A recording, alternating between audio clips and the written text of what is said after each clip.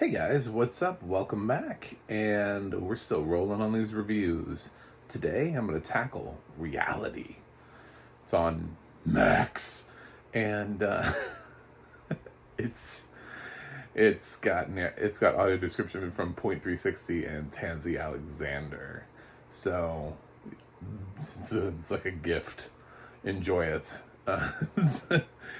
Um and you would think that, but wow, this is a really simplistic movie.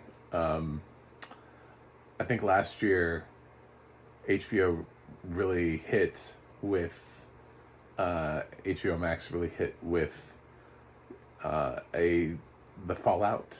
It's a very specific movie, sort of about gun violence, and then this year they snuck in this little film that I feel like it was probably the easiest film in the world to make.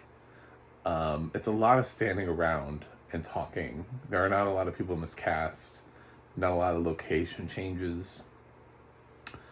It's very dialogue heavy. It's set sort of in almost current day, just a few years ago. And it's also based on actual transcripts. So the people writing the film didn't have to do nearly the work of creating something out of nothing. They basically did research and translated the transcripts into a screenplay that's less than 90 minutes long. I was still bored.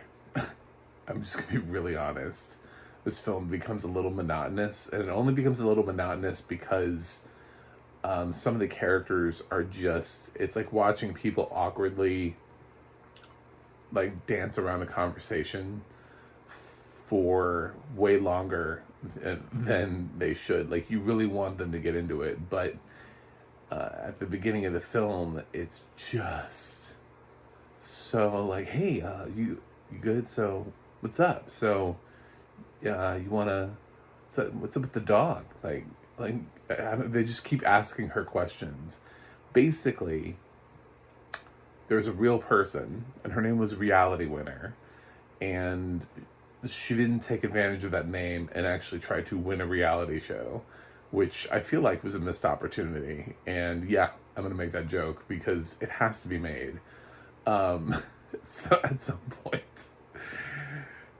And instead, she served briefly in our armed forces. She was fluent in a couple different languages, so she got some sort of clearance.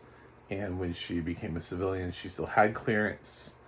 And this is a girl that ended up leaking documents that showed that there was some level of Russian interference in the 2016 elections. There was stuff she was able to see that she knew the intelligence community was able to see, but like no one else was able to see. And it was because, I guess, it jeopardized certain sources that it hadn't been released by the intelligence community. And there's a point in the film where she's just like, it was just so frustrating seeing, that there was this piece of evidence that gave everybody the answers, and it was just sitting there, and I made a vow to defend America, and she comes up with some big speech. It's not that interesting. I mean, it really isn't. I mean, I wanted this film to be, it's shot in the least interesting way possible, the easiest way possible. This could have been like a college student film, except like Sydney Sweeney and Josh Hamilton are in it. So, yeah, it's a little slow, which says a lot for a film that's about 82 minutes long. I'm sure some critics out there like it.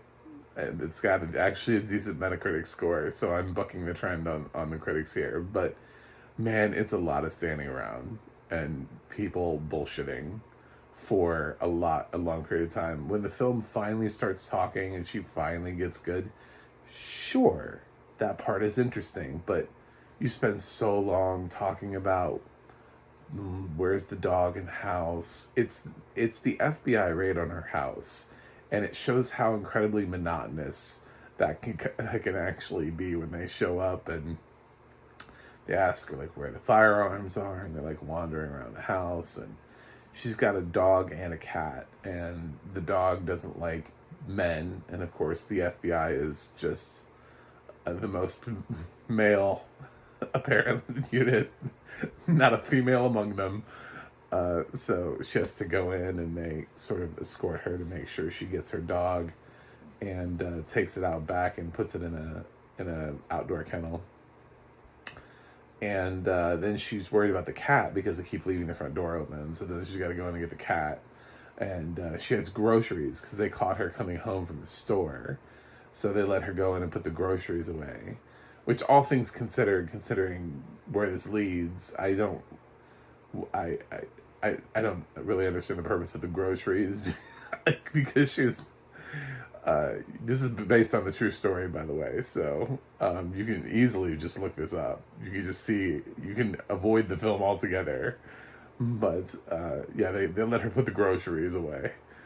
And then they just spend a lot of time. Josh Hamilton is just sort of like, I would say, her handler in this. Like, there are other people that are going through the house while he's outside talking to her. And then he's inside and he's coughing a lot. It's just, it's a little too realistic. You know, I mean, the film's called Reality because her name is Reality, but it's a little too much how the sausage is made. Like, sometimes we don't get this deep into something because it just is not that interesting. It's really dull, and it's really boring to see her, like, she's standing in her yard for long periods of time while they talk to her. She's in her backyard. She's in her front yard. They take a picture of her in front of her house. They don't really do a whole lot of time to kind of, to kind of skip time forward at all in this film. It's very... it feels like it's very exactly as the events occurred.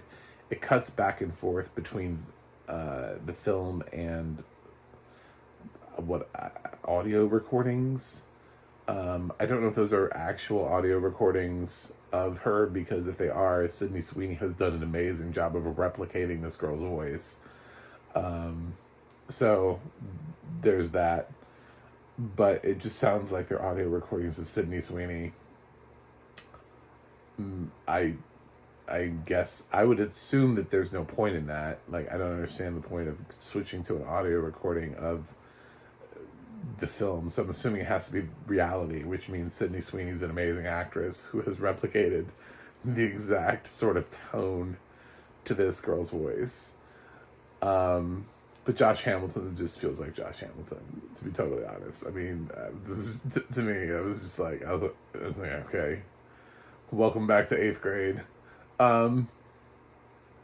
Yeah, this film did nothing for me. It didn't blow me away. It didn't do anything. It kind of, at the end of, and it leaves me in this weird point too, where I was like, I don't understand why.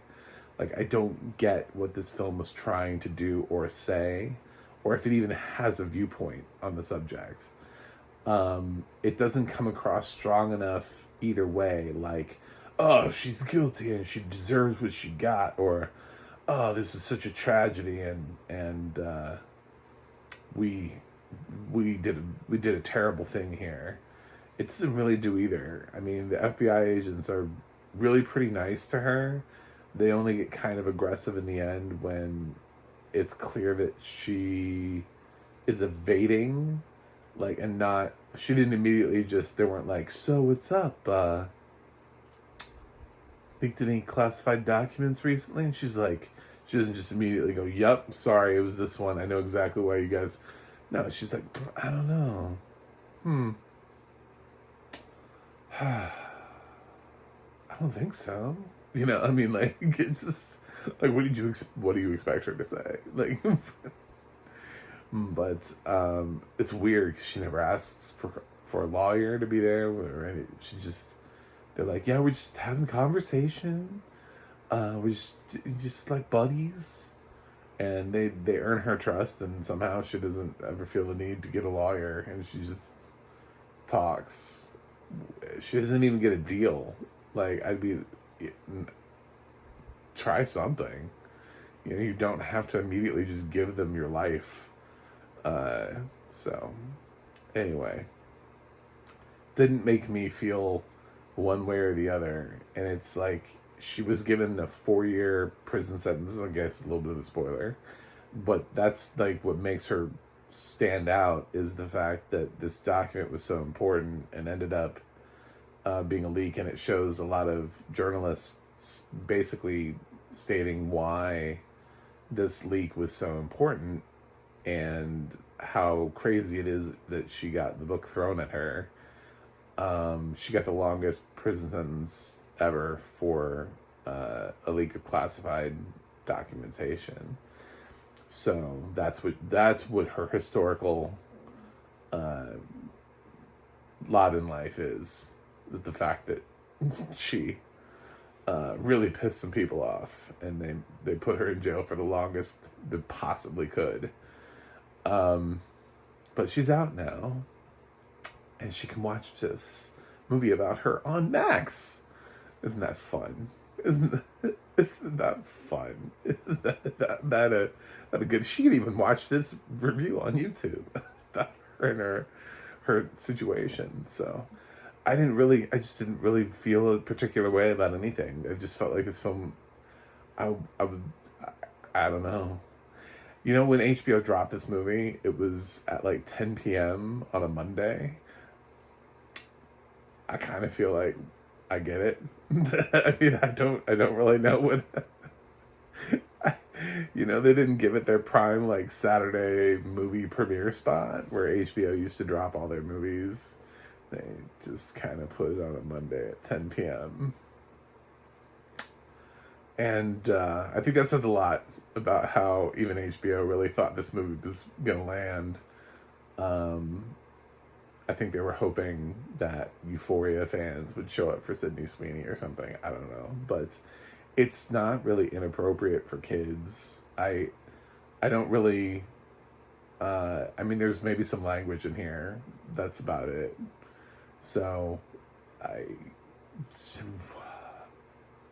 wish I could recommend this, but it's really hard. I don't think Sydney Sweeney does a bad job. I just don't think she was given anything to do. She does a lot of standing around and a lot of worrying about her dog, and that's when we get down to the narration. And I love Tansy Alexander too. And at a certain point, it just, like, she really gets to kind of just overly discuss the choices that the actors are making. You know, like when somebody, you know, bites the inside of their cheek or whatever, chews the inside of their cheek for a second, or just little like facial expressions that people can make. And it is that way because the film doesn't go anywhere and it doesn't do anything, and nobody changes clothes. Everybody's at the same location. So at a certain point, you feel like you've kind of described everything, and like you're like, okay, well, this is the house, this is the yard, this is the dog, this is the cat, this is the room we're standing in.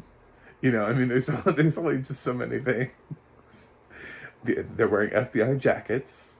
So once you've described one of those, I feel like everybody knows what an FBI jacket looks like. It's just, I feel like the narration was sitting there, and even in sometimes I feel like the narration was just kind of like, there's a break here. We should describe something. They're going like, But what? What else do we still have to describe? What's left? Uh, she stares at him. He stares at her. Like, it's such a slow fucking movie. It just doesn't go anywhere. It takes something that we see all the time in films and television series, the interrogation sequence, right? And it makes it the least interesting it possibly can. And I know that there are critics out there that are like, this movie is so good. It's brilliant. And I am not shaming Sydney Sweeney at all. I got nothing wrong with her performance. Nothing. There's nothing wrong with it. It's fine. It's just that the movie she was given is a lot of her standing around and watching people walk in and out of the house, and Josh Hamilton being really awkward and worried, and she's worried about her dog and her cat. And that's basically the performance. She gets like a little bit at the end where she gets to describe her patriotism and why she did something. That's it. Like, that's the whole film. And the monotony of this, and the fact that it ran for 82 minutes and I felt like it was a lifetime, speaks volumes. So I'm not a fan of this. Might be a fan of Reality Winner though. I can't even decide, because this film doesn't really seem to care how you decide at the end whether or not you're a fan or not. Like, whether or not you're like, oh, she did something cool, oh, she did something bad. I feel like the film really isn't, it doesn't even, it's whatever. Like, I there are so many films that take place in very small locations with very small casts, where, and they're just talking. Mass was fantastic, and it was 4 people in a room talking, and it is just gutting and nail biting, and it allows all of the actors to stretch and have these powerful moments. This does not do that. This film is just so tedious. I'm giving Reality a C-. That's being a little generous, because at least it is under 90 minutes. My God, if this movie was longer. At least it is, with credits and stuff, I think it hits an 83 minutes, something like that. So, even before credits, you're out pretty quickly. But yeah, if it was longer, I think my grade would be lower. But luckily, it's as short as you can you can make a feature film. So, and Sydney Sweeney does fine. I don't have a problem with it. Josh Hamilton, if the guy he's portraying really is this much of a doofus, maybe he did a great job. I don't know, but I feel like he's the most awkward guy, because he's been tasked with like being a friend, but also like keeping track of her. So he has these really awkward bullshit conversations the whole film that mean nothing and go nowhere. And he coughs a lot, like he's got emphysema or something. I wanted to know, like, did this FBI agent die of emphysema in the last 5 years? Because he's coughing all the time. It's just like it's like, you're the only one. It can't be that dusty in here. Like, it just cannot be that dusty. What is up with the coughing? I thought it was funny because he asks her, he's over there hacking up a lung, and he asks her if she needs a drink of water, and I'm like, do you need a drink of water? When was the last time you had a drink of water? Anyway, yeah, you can skip this. Thanks for watching. Thanks for subscribing. And yeah, this is what I do. I review films like this. So just so that we can talk about audio description. And I think Tansy did good work, but man, it's at a certain point, I think she's like, well, we talked about the walls, talked about the carpet, we talked about the clothes they're wearing. I feel like they did the checklist off of like everything in the film, and they're like, I don't know, what else we got? I don't know. Did she raise her eyebrows? Maybe. All right, we'll put that in there. She raised her eyebrows. Anyway, yeah, I have a website, macthemovieguy.com. You can go to Twitter, Instagram, follow me, Mac the Movie Guy. You can go to the audio description project, adp.acb.org. It'll let you know what has audio description, where you can watch it. And you can go to the ADNA.org. That's the ADNA.org. It'll let you know more about Tansy Alexander. You can look her up and see what else she's narrated, Stranger Things being one of them. So that's it for me, and I will review something else and see you guys on the other side.